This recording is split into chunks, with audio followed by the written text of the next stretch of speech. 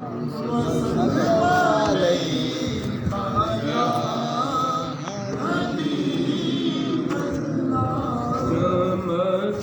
تجھ سے پاتے ہیں سب پانے والے، چمک تجھ سے پاتے ہیں سب پانے والے، میرا دل بھی چمکا دے چمکانے والے، میرا دل بھی چمکا دے چمکانے والے، تو زندہ ہے واللہ تو زندہ ہے واللہ تو زندہ ہے واللہ تو زندہ ہے واللہ، میرے چشم عالم سے چھپ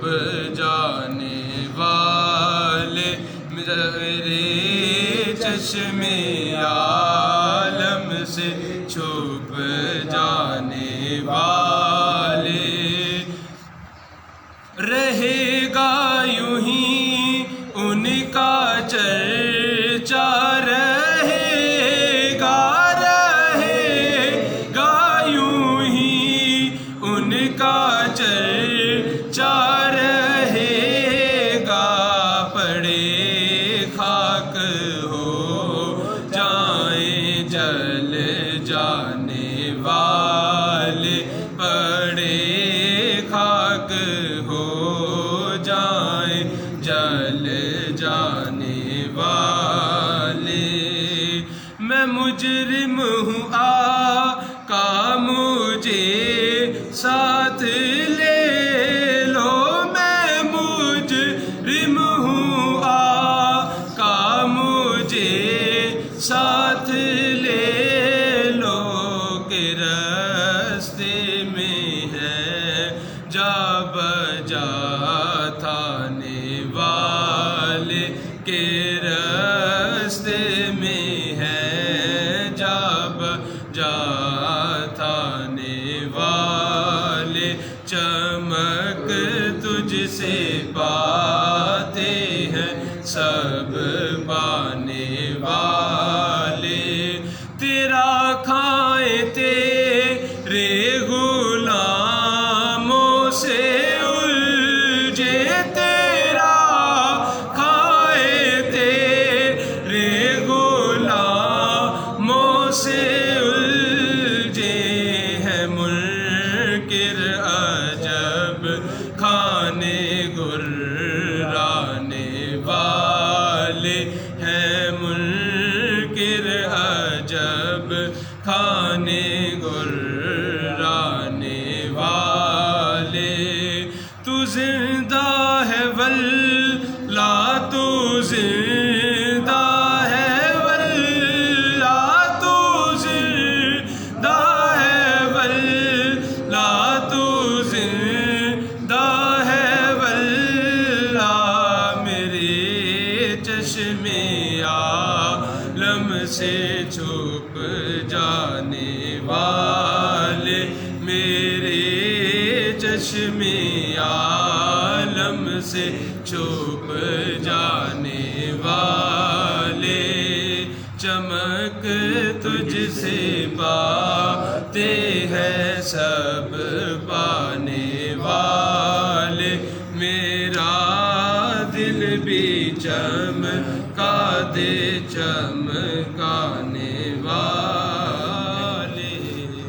بسم اللہ الرحمن الرحیم۔ قال اللہ تعالیٰ فی القرآن المجید القرآن الرشید، وَإِنَّكَ لَعَلَىٰ خُلُقٍ عَظِيمٍ، صدق اللہ العظیم وصدق رسولہ النبی الکریم الامین۔ ان اللہ وملائکتہ یصلون علی النبی، یا ایھا الذین آمنوا صلوا علیہ وسلموا تسلیما۔ الصلاۃ والسلام علیک یا سیدی یا رسول اللہ، وعلی آلک وصحابک یا حبیب اللہ۔ الصلاۃ والسلام علیک یا سیدی یا رسول اللہ، وعلی آلک وصحابک یا خاتم النبیین۔ اللہ رب العزت نے قرآن مجید کے اندر فرمایا کہ بے شک محبوب آپ کے جو اخلاق ہیں، جو آپ کے اخلاق ہیں، جو آپ کا خلق ہے، جو آپ کا برتاؤ ہے اپنے امتیوں کے ساتھ، اپنے چاہنے والوں کے ساتھ اور نہ چاہنے والوں کے ساتھ، وہ بڑا عظیم ہے، وہ بڑا عظیم ہے۔ دنیا کی ہر چیز قرآن کہتا ہے قلیل ہے، دنیا کی ہر چیز قلیل ہے، تھوڑی ہے، یہ زندگی بھی تھوڑی ہے۔ اگر حشر کے میدان کے دن کا مقابلہ کریں تو یہ 2 دن یا 3 دن کی زندگی ہے، 60-70 سالہ زندگی۔ وہ دن کے مقابلے میں اس دن میں یعنی ہم صرف 2 دن کی زندگی گزارنے آئے ہیں، تو اس دنیا کو اور اس دنیا کی ہر چیز کو، اس کے حسن کو، مال کو، اولاد کو، ہر چیز کو اللہ نے کہا قلیل ہے۔ لیکن اگر کوئی چیز عظیم ہے تو وہ اس کے حبیب کا اخلاق ہے۔ وَإِنَّكَ لَعَلَىٰ خُلُقٍ عَظِيمٍ، جس ہستی کے اخلاق اعلیٰ ہے تو وہ ہستی خود کتنی اعلیٰ ہوگی۔ جس ہستی کا بولنا اعلیٰ ہے تو اس کا چلنا کتنا اعلیٰ ہوگا، دیکھنا کتنا اعلیٰ ہوگا، سینے کے ساتھ اپنے صحابہ کو لگا کر فیض دینا کتنا اعلیٰ ہوگا۔ تو یہ سورہ القلم کی آیت ہے، 3 یا 4۔ اور پچھلی محفل کے اندر میں نے عرض کیا تھا کہ ولید بن مغیرہ نے حضور علیہ السلام کو معاذ اللہ مجنون کہا، پاگل، معاذ اللہ دیوانہ کہا، ثم معاذ اللہ، تو اللہ رب العزت نے اس کا رد کیسے کیا یہ آیت نازل کر کے، اِنَّكَ لَعَلَىٰ خُلُقٍ عَظِيمٍ، حبیب آپ تو بڑے عظمت والے ہیں، آپ بڑی شان والے ہیں، آپ بڑی رفتوں والے ہیں، بلندیوں والے ہیں، آپ تو معراج کی بلندیوں کو پانے والے ہیں، لہٰذا اس کی بات پہ دھیان نہ دیں، یہ ایک کانٹا ہے، یہ کانٹا ہے۔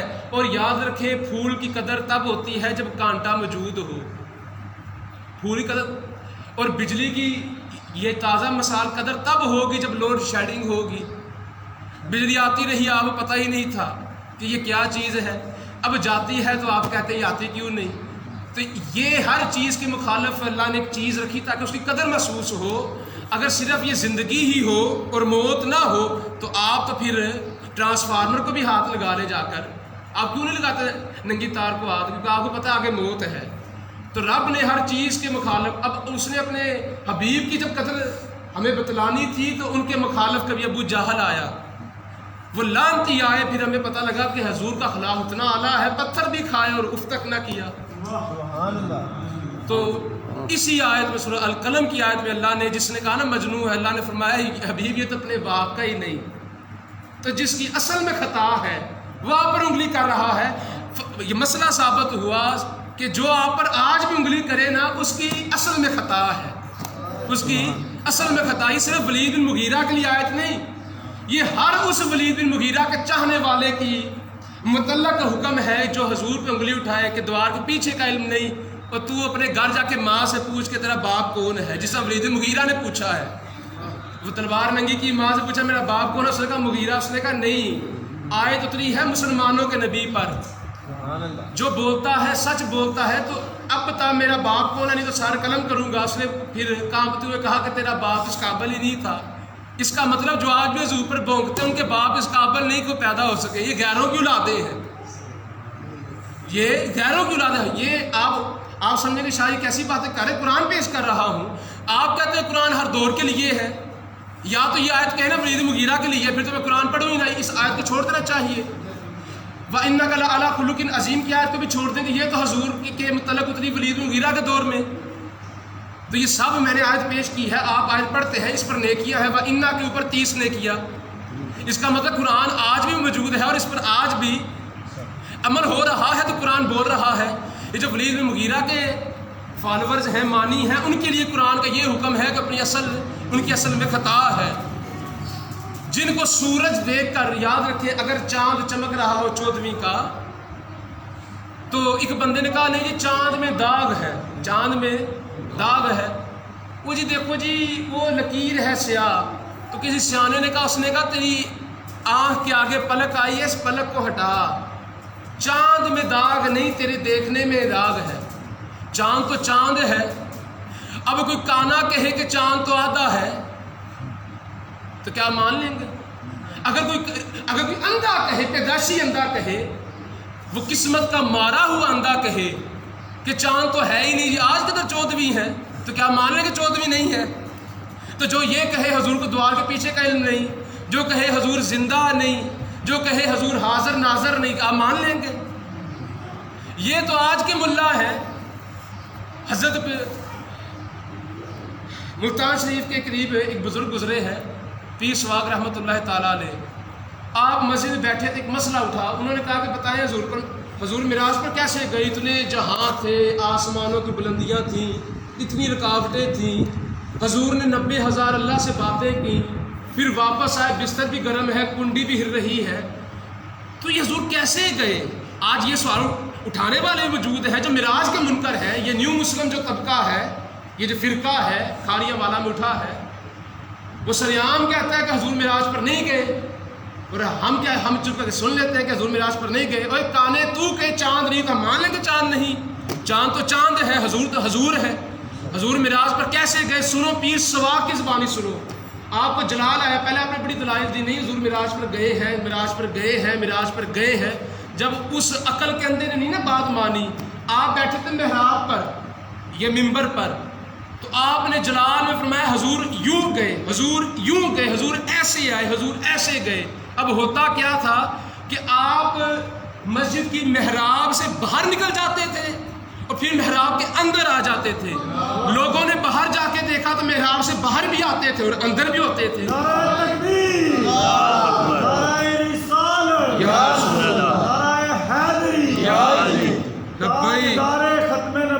زندہ باد، تاجدار ختم نبوت، زندہ باد، لبیک یا رسول اللہ، لبیک لبیک لبیک یا رسول اللہ، لبیک لبیک لبیک یا رسول اللہ، لبیک لبیک لبیک یا رسول اللہ۔ لوگ حیران اس لیے ہوتے ہیں کہ یہ وجود ہے، یہ بشری تقاضا ہے، میں دیوار کے ساتھ ٹکراؤں گا تو سر بجے گا، خون بہے گا۔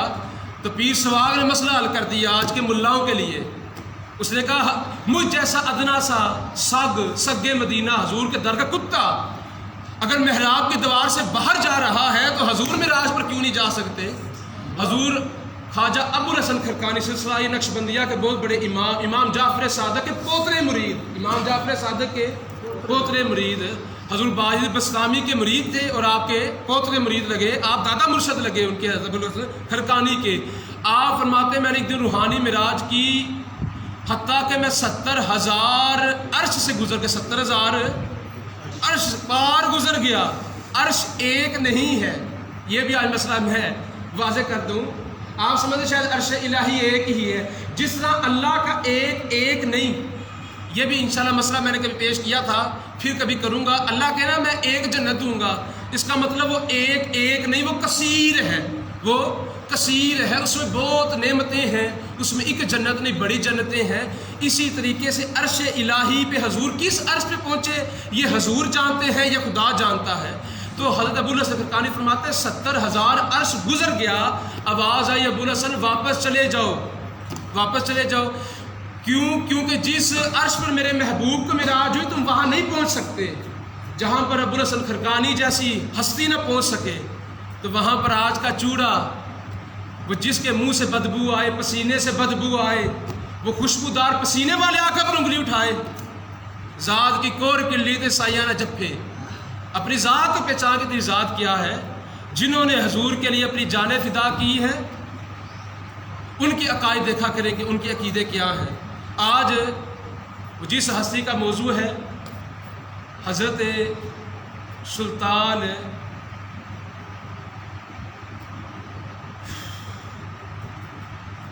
شاہ احمد ابدالی رحمۃ اللہ تعالیٰ نے، کون ہستی ہے یہ؟ افغانستان کے اندر سلطان تھے، بادشاہ تھے، اور انہوں نے سندھ کے اندر، انہوں نے مرہٹوں کا پنجاب کے اندر پانی پت کے اندر مقابلہ کیا ہے۔ حضرت قیس، وہ صرف 10 منٹ گفتگو کروں گا، آپ گھڑی دیکھ سکتے ہیں انشاءاللہ۔ حضرت قیس یہودی تھے، حضور علیہ السلام کی بارگاہ میں حاضر ہوئے۔ حضور علیہ السلام نے اس قیس نامی آدمی کا نام رکھا عبد الرشید۔ وہ شخص یہودیت چھوڑ کر اسلام میں داخل ہوا، مسلمان ہوا، آپ کا صحابی ہونے کا شرف حاصل ہوا۔ وہ عبد الرشید رحمت رضی اللہ تعالیٰ عنہ کی بعد میں حضرت خالد بن ولید کی بیٹی سے شادی ہوئی، نکاح ہوا فتح مکہ کے بعد، اور اس عبد الرشید کو میرے آقا نے دعا دی کہ عبد الرشید تمہاری اولاد کثرت کے ساتھ ہوگی، تمہاری اولاد کثرت کے ساتھ ہوگی، بے بہا ہوگی، تمہاری قوم، تمہاری اولاد جو ہوگی قوم بنے گی اور وہ تمام قوموں پر غالب آئے گی، تمام قوموں پر غالب آئے گی۔ اور حضور نے ان کا ایمان دیکھ کر، اسلام سے محبت دیکھ کر فرمایا کہ تمہاری مثال اس لکڑی کی سی ہے کہ جس لکڑی کے اوپر جہاز بنتا ہے، بحری جہاز جس لکڑی پر بنتا ہے نا، اس کو بتان کہتے ہیں، اس کو عربی میں بتان کہتے ہیں، بے تو الف نون بتان۔ اور وہ بتان لفظ کہاں سے آیا ہے؟ وہ پٹھان لفظ سے آیا ہے، لہٰذا وہ حضرت قیس کہاں آئے شادی کے بعد؟ کابل، افغانستان کے اندر۔ ان کی اولاد ہوئی، کثرت کے ساتھ اولاد ہوئی، وہ اولاد آپ کی پٹھان کہلائی، وہ پٹھان کہلائی۔ اس قیس صحابی رسول جن کا نام عبد الرشید حضور نے رکھا، ان کی 5ویں پشت کے اندر ابدال نامی ایک شخص پیدا ہوا۔ اس ابدال کی اولاد میں سے احمد شاہ ابدالی رحمۃ اللہ تعالیٰ علیہ پیدا ہوئے۔ اور بعض لوگوں نے کہا ہے کہ حضور مولا علی سے محبت کی وجہ سے وہ عبد علی کہا کرتے تھے اپنے آپ کو، عبد علی، اللہ علی کا بندہ، علی کا بندہ۔ تو وہ جو بعض لوگوں نے کہا کہ وہ عبد علی بدل کر ابدالی بن گیا۔ سو چاہے وہ ابدال نامی شخص ہو یا وہ عبد علی ابدالی بن گیا ہو، لیکن یہ لوگ وہ تھے جو اسلام سے محبت کرنے والے تھے۔ احمد شاہ ابدالی، نادر شاہ کا آپ نے نام سنا ہے، نادر شاہ نے دہلی کی اینٹ سے اینٹ بجائی، یہ ایک محاورہ بھی آپ سنتے رہتے ہیں۔ وہ نادر شاہ کے دور کے اندر یہ ان کے پرسنل سیکیورٹی انچارج تھے، پرسنل سیکیورٹی انچارج، یعنی ذاتی سیکیورٹی انچارج، ان کی سیکیورٹی کا بڑا انچارج آپ تھے۔ ان کے متعلق نادر شاہ نے ایک بات کہی تھی، اس نے کہا میں نے ایران پھرا، ہندوستان دیکھا، لیکن ایسا بہادر وفادار شخص میں نے نہیں دیکھا۔ یعنی انسان کی خوبیوں میں سب سے بہترین خوبی وفادار ہونا ہے، لیکن آج امت حضور سے بے وفائیاں کر کے کدھر جائے گی؟ علامہ خادم حسین رضوی رحمۃ اللہ علیہ اکثر فرمایا کرتے تھے، تم جمع تفریق کر لو، جمع کرو، پھر تفریق کرو، پھر ضرب کر لو، تقسیم کر لو، جو بھی کرو گے سامنے حضور ہی ہے، سامنے حضور ہی ہے، قبر میں بھی حضور، حشر میں بھی حضور، پل صراط میں بھی حضور، حوض کوثر پر بھی حضور، اور جنت بھی حضور، حضور ہی حضور۔ لبیک لبیک یا رسول اللہ، لبیک لبیک لبیک یا رسول اللہ، لبیک لبیک لبیک یا رسول اللہ، لبیک لبیک لبیک یا رسول اللہ۔ نادر شاہ جب قتل ہوا 1747 کے اندر، آج کا چاہیے سن 2021، یہ باتیں اس لیے کر رہا ہوں کہ آپ کو اپنے لیڈروں کا پتہ ہو کہ ہمارے لیڈر کتنے غیرت مند تھے اور آج کے لیڈر کتنے بے غیرت ہو چکے۔ 1747 کے اندر نادر شاہ قتل ہوا سیاسی طور پر، تو یہ احمد شاہ ابدالی رحمۃ اللہ علیہ افغانستان واپس آ گئے۔ ان کا جرگہ بیٹھا، جرگے کے اندر اب فیصلہ تھا کہ ہمارا لیڈر کون ہوگا۔ 9 دن تک جرگہ فیصلہ نہ کر سکا۔ 9ویں روز صابر شاہ ولی، الف اللہ صمد دم صابر ولی، اور میرا موج کے دریا کھولو رحم کی گلی، یہ صابر شاہ ہے، میرا خیال ہے غالباً یہ صوفیہ ورد پڑھتے ہیں نا، الف اللہ صمد دم صابر ولی، یہ لاہور کے اندر کا مزار ہے صابر شاہ ولی رحمۃ اللہ تعالیٰ علیہ۔ آپ اس وقت افغانستان میں موجود تھے۔ آپ نے فرمایا جرگے والوں کو، نے کہا اے احمد شاہ ابدالی کو چن لو، کیونکہ اللہ نے اس کو چن لیا ہے، لہٰذا تم نے اگر اس کو نہ چنا تو تم پر اللہ کا عذاب آئے گا۔ سارے جرگے نے کہا ٹھیک ہے، اگر یہ اللہ نے چنا ہے تو پھر ہم نے بھی چن لیا۔ نادر شاہ ولی آپ پھر اس وقت افغانستان کے اندر لیڈر بنے اپنے قبیلے کے۔ اب بات کیا ہے جو میں بتانا چاہتا ہوں، 24 سال کی عمر کے اندر 15 جولائی 1747 کے اندر 18 رجب المرجب کے اندر قندھار کی مسجد کے اندر آپ کی تاج پوشی کی گئی، اور تاج پوشی کنہوں نے کی؟ علماء نے کی، جو حضور کے وارث ہیں۔ اور آج کے وزیروں کی کون کرتا ہے تاج پوشی؟ جو حرام خور ہے، راشی ہے، بدماش ہے، چور ہے، ڈکیت ہے۔ فرق دیکھو نادر شاہ ولی کی، احمد شاہ ابدالی کی قسمت دیکھو اور ان کی قسمت دیکھو۔ احمد شاہ ابدالی کے متعلق علماء نے کہا کہ ان کو خدا نے چنا ہے، ہم ان کے ساتھ ہیں۔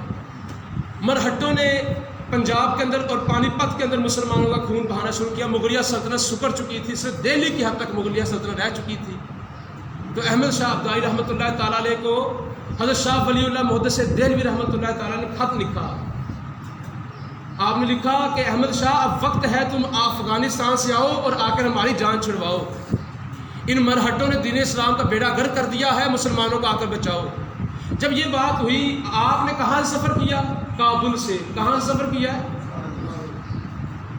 اور آج اگر کہو کشمیر فتح کرنے چلو تو کہتے ہیں جی ہم فوج مروا دیں، فلسطین کی بات کرو کہتے ہیں اتنے سفر ہم کیسے کریں؟ تو احمد شاہ ابدالی کی روح سے پوچھو تم نے سفر کیسے کیا؟ یہ سفر تب ہوگا جب حضور کی محبت ہوگی۔ وہ احمد شاہ ابدالی فوج کو لے کر شاہ ولی اللہ محدث دہلوی کے خط پر، ایک ولی کامل کے خط پر جب یہاں پہنچا، کس طریقے کو پہنچا؟ 3 ربیع الاول کو جب میرے حضور آئے، اسی مہینے میں یہ بھی آیا ہے، اور وہ 25 اکتوبر تھی انگریزی تاریخ، 25 اکتوبر 3 ربیع الاول جمعرات کا دن احمد شاہ ابدالی نے سندھ کا دریا کراس کیا ہے، عبور کیا ہے، اور مرہٹوں کے پرخچے اڑا دیے اور فتنہ مرہٹ جو ہے وہ ختم کر دیا۔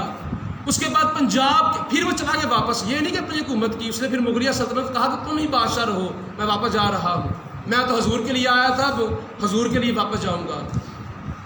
پھر کابل پہنچ گئے۔ پھر سکھوں نے یہ 10 اپریل 1765 کے اندر سکھوں نے پنجاب کے اندر حملہ کر دیا۔ یہ کانا رنجیت سنگھ پتہ ہے آپ کو، اس کا مسلمان کی بیٹیوں کی عزتوں کو وہ تباہ کرنے والا، مساجد کی بے حرمتی کرنے والا، اس کانے رنجیت سنگھ کی میوزیم کے اندر اس کا مجسمہ لگایا گیا، پنجاب میوزیم کے اندر اس کا مجسمہ بنا کر لگایا گیا رنجیت سنگھ کانے کا۔ یہ ہے آپ کی حکومتوں کی کارکردگیاں۔ تمہیں احمد شاہ ابدالی کا مجسمہ نہیں یاد آیا؟ اب بتاؤ احمد شاہ ابدالی نے کیا کیا سکھوں کے خلاف؟ احمد شاہ ابدالی کی فوج نے 36 گھنٹے مسلسل سفر کیا افغانستان سے، 36 گھنٹے مسلسل سفر کر کے 150 میل کا سفر طے کیا۔ آپ کہیں گے 36 گھنٹے چل کے صرف 150 میل؟ آپ کو بتا دوں ان کے ساتھ توپیں تھیں، اس دور میں توپ آ چکی تھی، اور ایک توپ کو چلانے کے لیے 6 ہاتھی چاہیے ہوتے تھے۔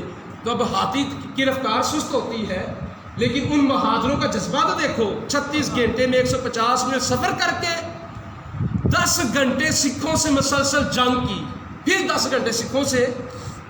یار انہوں نے آرام بھی نہیں کیا کہ ہم افغانستان سے آئے ہیں، کچھ دیر گوشت کھائے، پانی پیے۔ اگر حضور سے محبت ہو تو پھر پیاس بھی نہیں لگتی، اگر محبت ہو، نہ ہو تو پھر کوک پی کر بھی آپ کشمیر فتح نہیں کر سکتے، چھوٹا گوشت کھا کے بھی کشمیر فتح نہ کر سکے۔ وہ احمد شاہ ابدالی کی فوج 10 گھنٹے سکھوں سے لڑی اور ایک دن میں 10,000 سکھ قتل کیے۔ جس نے ایک دن میں 10,000 کافروں کو واسطے جہنم کیا اسے احمد شاہ ابدالی کہتے ہیں۔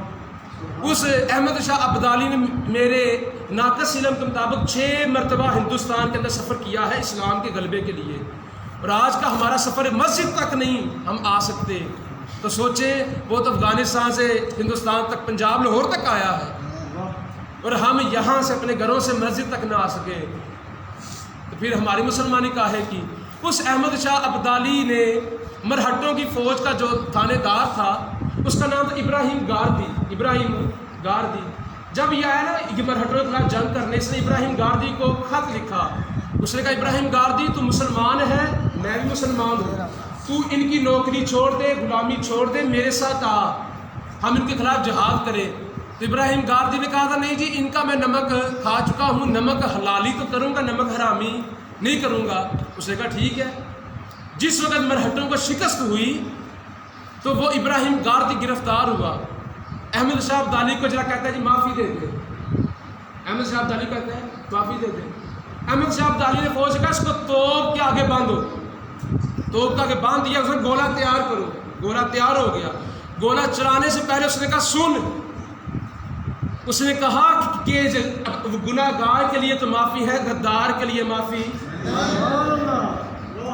اور توپ چلا دی گئی، ہوا میں اس کی بوٹیاں بکھر گئیں، اور جس وقت اس کا بھتیجا لقمان، اس کا بھتیجا تھا احمد شاہ ابدالی کا، اس نے بھی افغانستان، جب وہ یہاں پہ ہے نا اسلام غلبے کے لیے، تو جو پیٹ کے بھوکے لوگ ہوتے ہیں نا، نفس کے زیر اثر ہوتے ہیں، وہ حکومتیں چاہتے ہیں، وہ حکومتیں چاہتے ہیں۔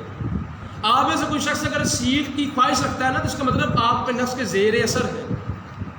تو احمد شاہ ابدالی کے بھتیجے لقمان نے پیچھے سے قبضہ کر لیا اس کی حکومت نے افغانستان کے اندر. جب یہ واپس گیا نا فتح یاب ہو کر، اس نے لقمان کو گرفتار کروا لیا. لقمان نے مجھے کہا جی معافی دے دیں. اس نے تب بھی یہی جملہ بولا، اس نے کہا کہ وہ گناہ گار کے لیے تو معافی ہے، غدار کے لیے معافی.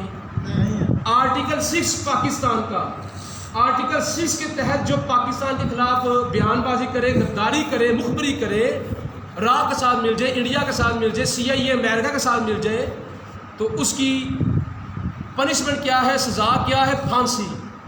یار جو پاکستان کے ساتھ غداری کرے اس کو تو پھانسی، جو حضور کے ساتھ غداری کرے اس کو کوئی پھانسی نہیں. 295C کے جتنے مجرم ہیں تم نے رہا کر دیے. آسیہ بھی تم نے رہا کر دی. میرے مرشد جس وقت آسیہ رہا ہوئی تھی نا، تو میرے مرشدوں کا جلال دیکھنے والا تھا، چہرہ سرخ ہو گیا. آپ نے فرمایا تھا کہ عمران خان ابھی جمعہ تمہیں 2 دن ہوئے ہیں اور تم نے وہی کام کیا جو پچھلی حکومتوں نے کیا ہے، تو اب ذلت اور رسوائی کا توق تمہارے گلے میں ڈال دیا گیا ہے. خدا کی قسم اٹھا کے مسجد میں بیٹھ کر، اس کے گھر میں بیٹھ کے کہہ رہا ہوں، میں کسی پارٹی بازی نہیں کر رہا، نہ کسی پارٹی کی حمایت کر رہا ہوں. میں آپ کو صرف حقیقت کا آئینہ دکھا رہا ہوں. اس بیان سے لے کے آج تک عمران خان کا کوئی ایک کام دکھائے جس پر قوم نے اس کی تعریف کی ہو. حضور سے غداریاں کرنے والوں کو عزتیں نہیں ملیں گی. عزتیں ان کے لیے ہیں جو حضور کے ہیں. اس احمد شاہ عبدالی کو پھر ناک پر، کیونکہ وہ علاقہ ٹھنڈا تھا قندھار کا، یہاں گرمی تھی، دانے نکلے، وہ دانہ آپ کی وصال کا، آپ کی موت کا سبب بنا. آج ہم AC والی مسجد میں نہیں آ سکتے، تو وہ افغانستان کا ٹھنڈا علاقہ چھوڑ کے اگر یہاں آ جاتا ہے تو یہ صرف احمد شاہ عبدالی کام ہے. اور اس وقت آپ کو پتہ ہے جو نوبل انعام یافتہ ملالہ یوسفزئی سن 2014 میں جس کو نوبل انعام دیا گیا تھا، اس نے ایک بیان دیا ہے پچھلے ہفتے. صرف وہ بیان کے اوپر انگلی آپ کو تھوڑی روشنی ڈال دوں. اس نے کہا ہے کہ شادی کرنے کی ضرورت کیا ہے، نکاح کرنے کی ضرورت کیا ہے. آپ ایز اے پارٹنرشپ نہیں جا سکتے، ایز اے دوست، یعنی دوست کے تحت رہ لیں.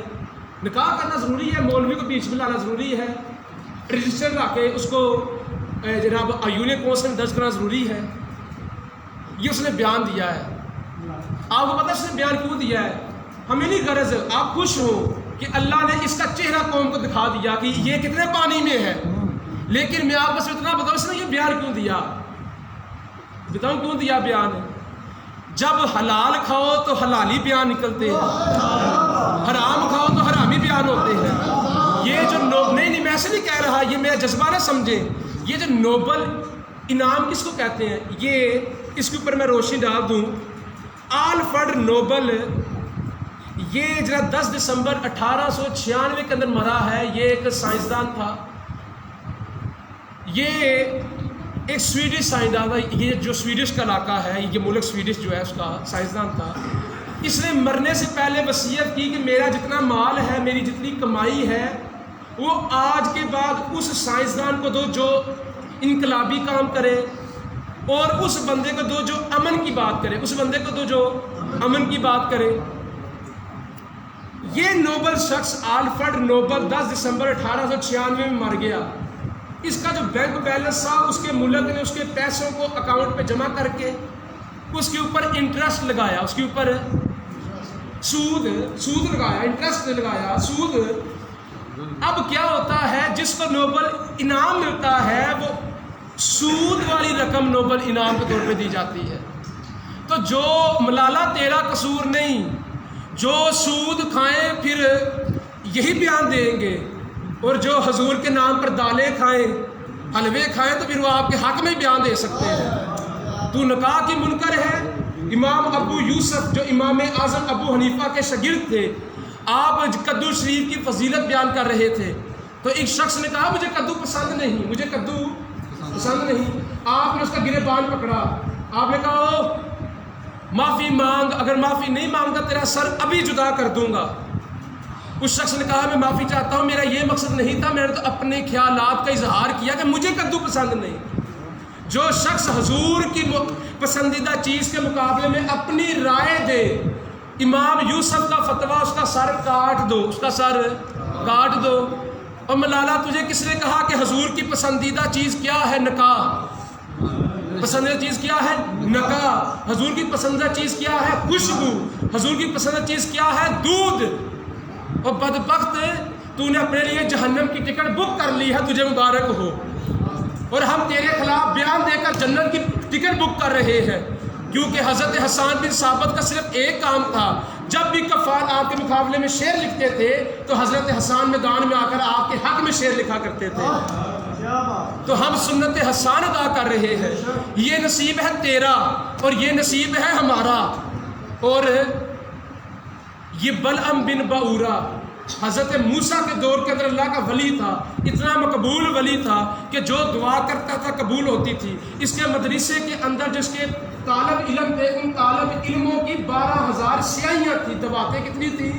12,000 صرف دعاتیں تھیں طالب علموں کی اس کے مدرسے کے اندر.